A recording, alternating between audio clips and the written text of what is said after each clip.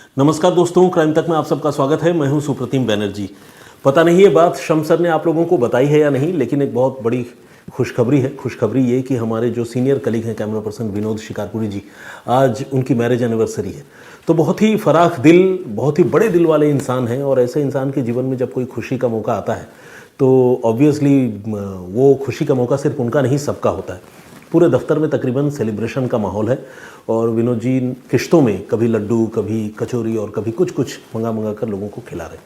तो हम सारे लोग बहुत खुश हैं, और इस खुशी का असर ये है कि आज आप लोगों के सामने मैं जो कहानी लेकर आया हूँ वो बहुत क्रिस्प और कंसाइज्ड होने वाली है। उसकी वजह यह है कि विनोद सर को घर जाना है। सोचिए, एनिवर्सरी के दिन वो ड्यूटी कर रहे हैं और उधर से भाभी जी लगातार फ़ोन कर रही हैं।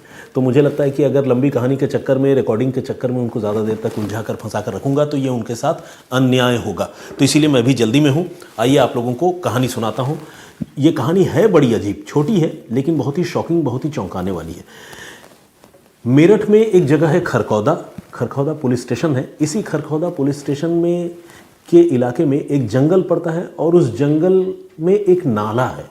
उस नाले में 20 अक्टूबर 2023 को एक रोज़ लोगों को एक इंसान की लाश नज़र आती है। अब नाले में किसी इंसान की लाश पड़ी हो तो नॉर्मल डेथ का मामला आमतौर पर नहीं होता। ऐसी जगहों पर लाश तभी पड़ी होती है जब कोई किसी की हत्या करके उसे ठिकाने लगा चुका होता है। तो पुलिस को जब इस लाश के बारे में आसपास के लोग बताते हैं, और खरखौदा की पुलिस टीम, यानी मेरठ के खरखौदा पुलिस स्टेशन की टीम जब वहाँ पहुँचती है, तो लाश को देखकर पहली ही नज़र में उन्हें इस बात का एहसास हो जाता है कि ये मामला कत्ल का तो है ही, लेकिन बड़े सिरफिरे कातिल ने इस कत्ल को अंजाम दिया है। क्या वो कोई साइको किलर है या क्या बात है? कोई ऐसे किसी की जान कैसे ले सकता है? ये सवाल इसलिए क्योंकि जो लाश पुलिस को मिली थी, उस लाश को पूरी तरह से छलनी कर दिया गया था। आमतौर पर आपने सुना होगा, लोग क्राइम के प्रोग्राम्स में, क्राइम के एपिसोड्स में, क्राइम के नोवेल में ये लिखते हैं कि गोलियों से छलनी कर दिया, यानी बहुत ज़्यादा गोलियां मारी। लेकिन क्या आपने कभी सुना है कि किसी इंसान को कीलों से छलनी कर दिया जाए? यानी जो कील हम दीवार में गाड़ते हैं, जो लगाते हैं किसी चीज़ को टांगने के लिए, उस तरह के कील से इस इंसान के पूरे जिस्म को कातिल ने छलनी किया था। यह अपने आप में बड़ी अजीब सी बात थी, और जिस्म का कोई ऐसा हिस्सा मौजूद नहीं था जहां पर कील के निशान नहीं थे। बहुत ही अद्भुत, बहुत ही विभत्स, बहुत ही शॉकिंग डेड बॉडी पुलिस को मिली। पुलिस हैरान रह गई, और पुलिस ने जब उस लाश को रिकवर किया, आसपास के लोगों ने भी जब वो मंजर देखा, तो ये खबर पूरे इलाके में, जंगल में आग की तरह फैल गई। मरने वाले इंसान की पहचान पता करना भी मुश्किल हो रहा था, क्योंकि उसका चेहरा पूरी तरह से बिगाड़ दिया गया था। खैर, अभी पुलिस इस डेड बॉडी को रिकवर करके पोस्टमार्टम के लिए भिजवाती है। तब तक खरखौदा पुलिस के पास एक नौजवान जो है वो पहुंचता है। नौजवान बहुत परेशान हाल, और वो पहुंचकर बताता है कि वो मेरठ के पास ही है, गाज़ियाबाद से आ रहा है। गाज़ियाबाद में एक जगह है भोजपुर, और भोजपुर में एक गांव है जिसका नाम है तलहेटा। उस लड़के का कहना है कि वो तलहेटा गांव का रहने वाला है, और पुलिस ने जो लाश बरामद की है वो उस लाश को एक बार देखना चाहता है, क्योंकि उसके पिता तकरीबन 5-6 दिनों से गायब हैं, और वो लगातार अपने पिता को ढूंढ रहा है। और उसने अपने पिता की गुमशुदगी की रिपोर्ट गाज़ियाबाद के भोजपुर पुलिस स्टेशन में दर्ज भी करवा रखी है। तो जब मेरठ की पुलिस ये बात सुनती है तो मेरठ की पुलिस को भी लगता है कि ठीक है, एक बार लाश दिखा देते हैं। अगर वाकई ये लाश उसके पिता की है, उस लड़के के पिता की, तो वो पहचान लेगा।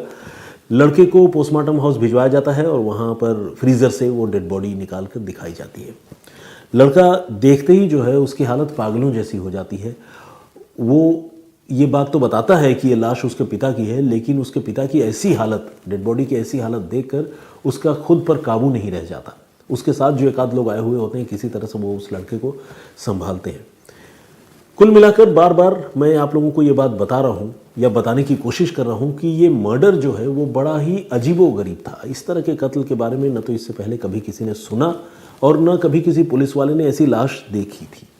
तो खैर, अब ये लड़का बताता है कि ये डेड बॉडी उसके पापा की है, जिनकी उम्र तकरीबन 45 साल की थी, और उनका नाम मदन है, मतलब मदन था।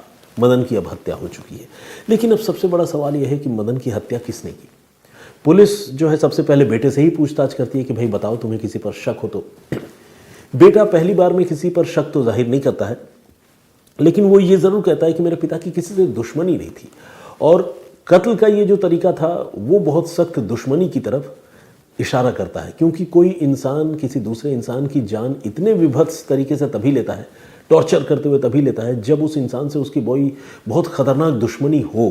अगर भयानक दुश्मनी न हो तो कोई ऐसे ही हत्या कर देगा, गला घोंट देगा, गोली मार देगा, 2-4 बार चाकू मार देगा। लेकिन छलनी करेगा गोलियों से या कीलों से किसी को छलनी करेगा, तो इस तरह का वेंजेंस, नफरत वाला कत्ल जो है वो दुश्मनी के मामलों में ही होता है।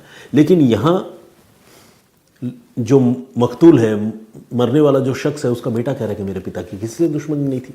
तो यहाँ पर भी पुलिस को जो है, पुलिस के लिए एक बाधा पैदा हो गई और पुलिस के लिए इस मामले को सुलझाना एक और बड़ा और नया चैलेंज बन गया। पुलिस ने मदन, जो मरने वाला शख्स है, उसके मोबाइल फ़ोन की सारी कॉल डिटेल निकाली। उस कॉल डिटेल में पुलिस को ऐसा कोई भी सिग्निफिकेंट फैक्ट या बात नज़र नहीं आई जिससे पुलिस इस मर्डर से कोई कनेक्शन जोड़ पाती। तो यहाँ पर जो टेक्निकल इन्वेस्टिगेशन हो रहा था वहाँ पर भी पुलिस को कोई बहुत ज़्यादा फ़ायदा नहीं हुआ। लूटपाट वाला एंगल वो तो पहले ही खारिज हो चुका है, क्योंकि अगर किसी को लूटपाट करना ही होगा तो वो इस तरह से किसी की जान क्यों लेगा। ज़्यादा से ज़्यादा गला घोंट कर, सांस रोक कर या बिना जान लिए भी लूट कर सकता है।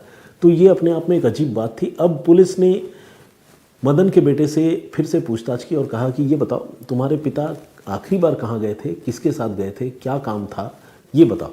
तो उसने बताया कि मेरे पिता तकरीबन 6 रोज़ पहले हमारे गांव के ही 2 लोग हैं जिनका नाम है मोनू और विजय, उनके साथ निकले थे। और मोनू और विजय के साथ वो एक भैंसा गाड़ी खरीदने के लिए गए थे, जिसे इस इलाके में, जहां मैं इस वक्त हूँ, ग्रेटर नोएडा का इलाका, नोएडा का इलाका और पश्चिमी उत्तर प्रदेश का इलाका, भैंसा बुग्गी कहते हैं। तो भैंस वाली गाड़ी, जिस तरह बुलक कार्ट होता है उस तरह बफेलो कार्ट।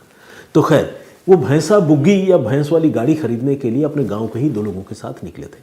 अब पुलिस ने गांव के इन 2 लोगों से पूछताछ की। मदन की मौत, उसकी हत्या के बारे में इन दोनों लोगों ने अनभिज्ञता जताई। उन्होंने कहा हमें पता ही नहीं किसने मार दिया। वो खुद बहुत परेशान अपने आप को दिखा रहे थे। लेकिन पुलिस को लगा कि इन लोगों से थोड़ी गहनता से, थोड़ी गहराई से पूछताछ होनी चाहिए। और उसके बाद पुलिस की एक जो बड़ी पुरानी टेक्निक है, जिसके बारे में मैंने कई बार आप लोगों को बताया है, पुलिस वालों ने, अलग अलग ऑफिसर्स ने इन दोनों लोगों से अलग अलग पूछताछ शुरू की। तकरीबन वही सारे सवाल होते और सवालों के सामने यही 2 लोग, मोनू और विजय, इनसे वही सारे सवाल पूछे जाते। कितने बजे निकले, कहाँ पर गए, मदन आखिरी बार तुमसे कब बिछड़ा, तुम वापस चले आए, तुमने पुलिस को क्यों नहीं बताया। इस तरह की तमाम बातें इन लोगों से पुलिस पूछ रही थी। तो जैसा कि मैंने पहले कई बार कहा है, जब इंसान झूठ बोलता है तो उसकी कहानी में एक रूपता नहीं होती, वो यूनिफॉर्मिटी खत्म हो जाती है, क्योंकि अलग अलग समय पर इंसान स्पॉन्टेनियस तरीके से कुछ नई बात बोल जाता है। तो ये जो मोनू और विजय है, उनसे जब वही सारे सवाल पूछे गए जो सवाल पहले किसी ऑफिसर ने पूछे थे, दूसरे ने पूछे, तीसरे ने पूछे, तो इनके जवाब में डिस्क्रिपेंसीज यानी विरोधाभास नजर आने लगे। अब पुलिस को शक हो गया कि मोनू और विजय ही मदन के साथ हुई अनहोनी के पीछे हैं। और जब पुलिस को यकीन हो गया तो पुलिस ने इन दोनों के साथ थोड़ी सख्ती की।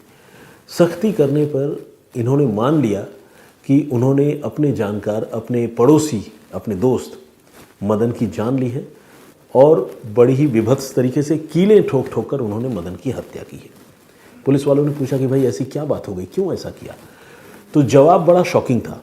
जवाब आपको जानकर इसलिए हैरानी होगी क्योंकि वजह इतनी मामूली थी जिस पर कोई हत्या कर दे यही बात समझ में नहीं आती, और इतने अजीब तरीके से हत्या करे वो तो समझना और भी मुश्किल है। असल में ये तीनों उस रोज़ जब भैंसा बुग्गी खरीदने के लिए निकले थे तो तीनों ने कहीं बैठकर साथ में पार्टी शार्टी की थी, शराब पी थी। और इसी शराब पीने पिलाने के क्रम में आपको पता है इंसान बहक जाता है, इसीलिए बड़े बुजुर्ग मना भी करते हैं। ये जो मदन है, इसने मोनू और विजय को डांटा फटकारा किसी बात पर और गालियाँ दी। तो मोनू और विजय को मदन की गाली जो है वो बर्दाश्त नहीं हुई। फिर उन्होंने मदन को धोखे से और ज़्यादा शराब पिलाई, अगवा कर लिया और उसी खरकौदा इलाके में ले जाकर पहले गला घोंट कर उसकी हत्या की। और गुस्सा इतना था गाली के बदले कि उन्होंने मदन के शरीर पर कील और हथौड़े से वार करना शुरू किया और पूरे शरीर पर 100 से ज़्यादा कील से छेद किए। पूरे शरीर को बिल्कुल छलनी कर दिया। भैंस की गाड़ी खरीदने के लिए गए थे, ग्रामीण लोग थे, किसान थे, उनके पास कीलें और हथौड़े भी थे, तो उसी को उन्होंने हथियार के तौर पर इस्तेमाल किया और उस कील से और हथौड़े से उन्होंने पूरे मदन के शरीर को छलनी कर दिया और 100 से ज़्यादा उसमें छेद किए। तो खैर जब इनसे पूछा गया कि भाई इस तरह से तुम लोगों ने हत्या क्यों की, तो उन्होंने वो भी बड़ा अजीब सा जवाब दिया। उन्होंने कहा कि वो खुद नशे में थे, उन्हें इतना होश ही नहीं था कि वो क्या बुरा कर रहे हैं और कितना बुरा कर रहे हैं। लेकिन जब उन्हें कई बार कीले मारने के बाद जब एहसास हो गया कि मदन की अब मौत हो चुकी है, तो उन्होंने सबूत मिटाने के लिए लाश को वहाँ नाले में फेंक दी थी। तो ये थी पूरी कहानी, और पूरी कहानी का लब्बो लुआब ये है कि पीने पिलाने में और नशेबाजी में एक आदमी ने 2 लोगों को गालियां दी, और वो 2 लोग जो उसके दोस्त थे उनकी न सिर्फ हत्या कर दी बल्कि पूरे शरीर को कीलों से छलनी कर दिया। तो ये तो थी एक अजीबोगरीब मर्डर मिस्ट्री जिसका खुलासा मेरठ की पुलिस ने किया था। ये घटना जैसा कि मैंने आपको बताया तकरीबन 1 साल पहले की है। 20 अक्टूबर 2023 को पहली बार पुलिस ने ये लाश रिकवर की थी और 27 अक्टूबर को मेरठ पुलिस ने इस केस को सॉल्व कर लिया था, सुलझा लिया था। तो आज की कहानी यहीं तक। इस कहानी पर आप लोगों की राय क्या है, क्या सोचते हैं, प्लीज़ कमेंट करके ज़रूर बताइएगा। और आज मैं आप लोगों से के कोई कमेंट्स जो है नहीं पढ़ पा रहा हूँ, वजह मैं पहले ही बता चुका हूँ। मुझे पूरी उम्मीद है कि मेरी इस गुस्ताखी को आप लोग इग्नोर करेंगे, माफ़ करेंगे। फिलहाल मुझे इजाज़त दीजिए, अपना बहुत ख्याल रखिए। एक बार फिर से पूरे क्राइम तक परिवार की ओर से विनोद शिकारपुरी जी को बहुत बहुत शुभकामनाएं। जय हिंद, जय भारत।